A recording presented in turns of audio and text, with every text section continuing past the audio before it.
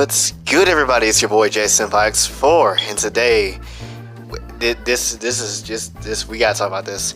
So before I begin, I want to point out something.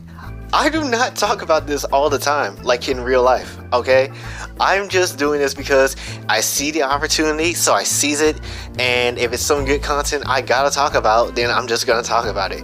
So let's clear that air first, because I'm not like this in real life, okay? Like, I'm pretty much a shy guy. So if you ever think I am like this, talking about this type of stuff, I'm really not. But let's talk about Interspecies Reviewer and this new show that's going to be coming out in 2021 with its own anime adaptation, Worlds in Harem. Basically, Interspecies Reviewer Part 2.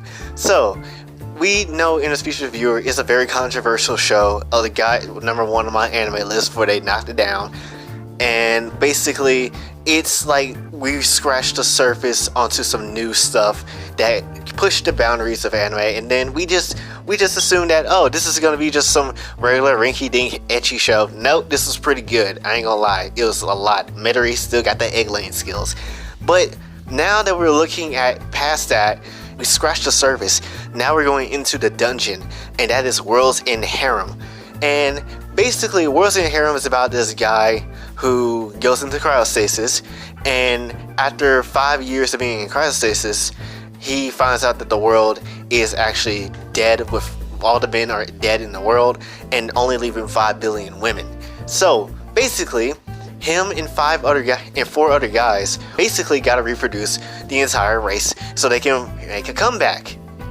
That is crazy as balls. So first, and the MC is also a sim because he wanted to find this one girl that he promised 5 years ago, and as far as I've been reading, no luck so far. So basically, we got a simp MC in a world full of women that wants to willingly have sex with this man and literally reproduce just so they can make a comeback.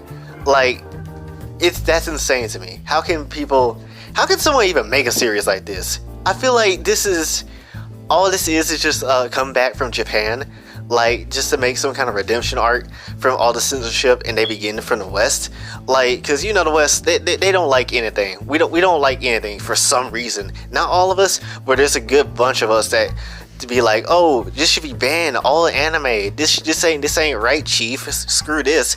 And I'm just like, you sit down before I go ahead and get Mirio again to knock you out. So basically, this is some kind of revolution. I feel like this is almost looking like a revolution, and it's like this is like protecting artistic expression, where it's whether if it's hentai or not, it's like some kind of revolution to protect artistic expression.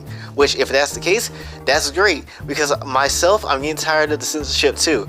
Because if Cyberpunk 2077 can have actual nudity in the game that they make, and Sony can't even let Senran Kagura show that, then it's like, what's the point? Why you keep censoring Japan in their games? At least Nintendo is letting them do this. So if you buy the game and developers don't censor it, you know what's good. But people still act like sexual content is like something horrible that no one should actually proceed in, which is crazy. But you gotta realize it's not really that crazy. I mean, if you show gore and stuff like that, then why can't you show sexual content? I mean, let's be honest, people would give you less hate if you drew some guro and then instead of you putting out a picture of a girl that's getting smashed on the train. Like, people would hate you more for the picture on the train than less about the decapitated girl that's getting smashed. Like, are you serious? This whole cancel culture thing is so backwards that it actually twists my heart around. I don't really get it, and really Japan just need to keep fighting the good fight, and honestly keep giving the people that want to see it some actual good content, and just skip the entire thing. Skip everybody else.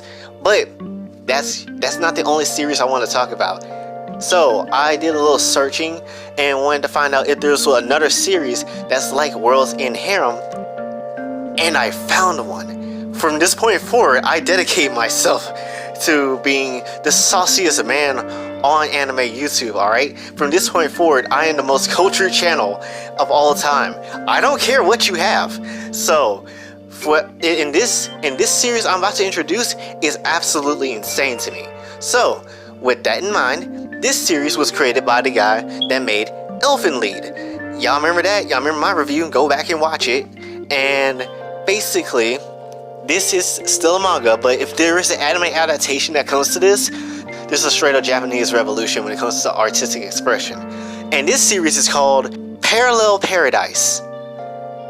This manga, I swear. Look, so basically, this is an isekai where this high school student gets teleported into another reality, and basically the world that he goes into is nothing but girls that are 18 to 19, and he has to have sex with all the girls just so they can live and extend their lifespan and to get rid of some kind of curse. And if he doesn't, that girls that hit 20, they die. So it's a life or death situation where he has to smash, and there hasn't been a male in over 3 centuries. How do people make this type of content? Like, how do people make these type of stories? What kind of goes through your head of making stories like this? I mean, I know I have some energy like that, but like, this is on an insane level. Like, I have never seen or heard of a story like any stories like this before. I mean, if Interspecies reviewer was scratching the surface and Worlds in Harem is like the dungeon, then this must be the gold mine. And like, this series, it does not pull its punches. Like, they literally show you, they will go as far as they try to show you as much as they can.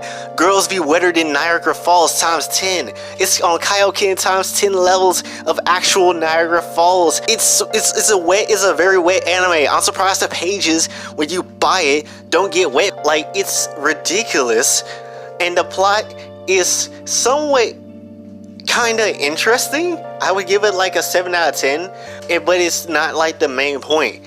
It's more so the sex scenes, and these girls, like, anytime the guy like Yota touches them, the main character, anytime he touches them anywhere or they touch him, they instantly have the Niagara Falls effect. And there's so much of it. Honestly, I think if this would get animated, this would be Interspecies Reviewer and Worlds in Harem at the same time, which is insanity, because I didn't know I could stumble upon this sauce before. I didn't know this sauce existed. It existed.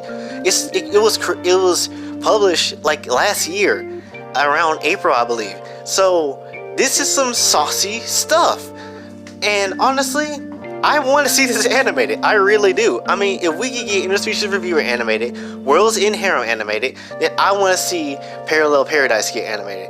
And I know for a fact, if this comes out, this is a revolution, and all hentai artists need to direct their attention to these anime. Make content off of these shows. Please do so. But yeah, that's kind of all I wanted to talk about. I gave you like 2 manga recommendations. You better go read them if you want to. Be sure to like and subscribe and share. And yeah, out of these 3 books, which one would you rather read? But until next time, this be your boy Jay, signing off. Japan is crazy and horny. Have a blessed day.